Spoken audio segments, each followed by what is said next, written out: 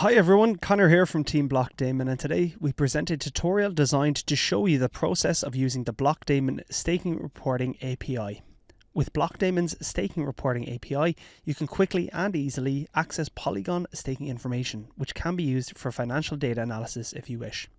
The Polygon Staking Reporting API endpoints allow the retrieval of staking data in Polygon mainnet. You can get the current or historical stake and rewards allocated to a given delegator address or addresses, and other such data, such as the status of a delegator. It's important to note from the outset that there are different endpoints available to you depending on the Polygon staking data you need. First, we'll cover the API call, which returns the current stake and rewards allocated by a user-defined delegator address. After this, we'll go through how you can configure the time interval with which you'd like to retrieve historical delegator reward data. The good news is that you can get started with the Blockdaemon API today for free by logging into app.blockdaemon.com and clicking API Suite in the left-hand menu. From here, you can get free access for a limited period of time. Click Create API Key and enter the name you'd like. You'll see your new API key appear on screen. Now, let's explore how to get current delegator staking rewards for an address on the Polygon network. Next, we'll refer to the Blockdaemon API documentation. In the Get Code section, you will find a URL. We'll now need an API platform to run this request.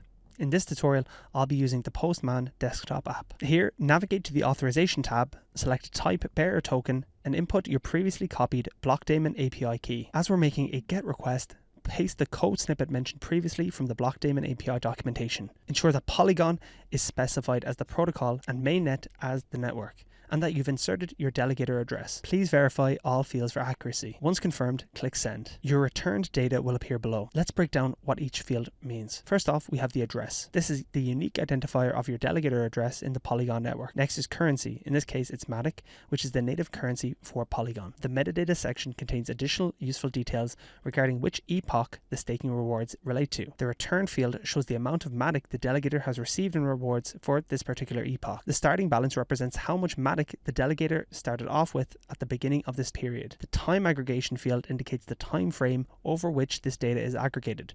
Here it is aggregated at an epoch level. Time start and time end are the starting and ending timestamps respectively. In this case, the data we have is for an epoch. In Polygon, an epoch is every 10,000 blocks. Now, let's dive into how you'd retrieve previous historical staking rewards by letting you configure the time interval for reward data. Blockdaemon has two endpoints available for this. The first endpoint allows you to get the historical stake and rewards of a delegator, while the second allows you to get the historical stake and rewards of multiple delegators. Links to documentation for both will be found at the bottom of this video in the description. However, in this video, I'll show you how to retrieve staking reward data using the endpoint for multiple delegators, as this covers both one or multiple delegator addresses. The way you construct the API request, however, will be similar no matter which of the two endpoints you're using. First and foremost, however, please ensure that you have carried out the prerequisite task of generating your unique Blockdaemon API key, as outlined earlier in the video, before you follow the steps below. Assuming you have already, let's dive in. First, we'll refer to the Blockdaemon API documentation.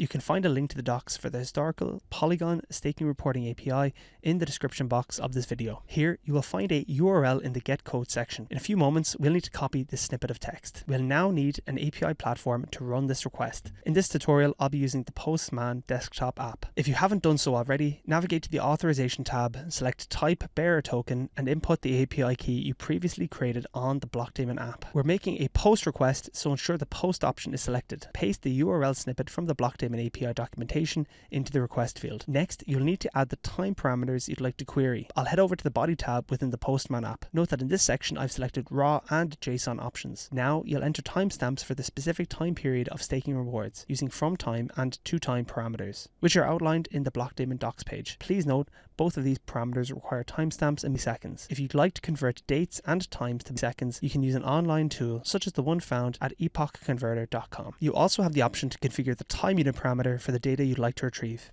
So for example, if you'd like to retrieve staking reward data spanning across a week of time, you can set the time unit parameter to give you a breakdown of rewards across each day. You can set the time unit to give you a snapshot of your rewards by day, week, or even month. Finally, I've entered the two addresses that I'd like to query staking rewards for. I've already populated these fields with some data, and once I've confirmed all of the details, I'll click send. Let's briefly review what each field means. First off, we have address. This is the unique identifier of your delegator address in the Polygon network. Next is currency. In this case, it's Matic, which is the native currency for Polygon. The metadata section contains additional useful details regarding which epoch the staking rewards relate to. Note there will be multiple epochs if you cover a large enough period of time. The return field shows the amount of Matic the delegator has received in rewards for this particular epoch. The starting balance represents how much Matic the delegator started with at the beginning of the time period. The time aggregation field aggregates the time frame over which this data is aggregated. Here, it is aggregated at an epoch level. Time start and time end are the starting and ending timestamps respectively. In this case, the data we have is for an epoch period. In Polygon, an epoch is every 10,000 blocks. So there you have it. You're now able to decode Polygon Delegator Staking Reward API requests, understanding every bit of information about a delegator's stake and rewards, both current and historical. Once you've tested the API and are familiar with its endpoints, you can start integrating it into your application or using it for your own data analysis for rapid access to Polygon staking data.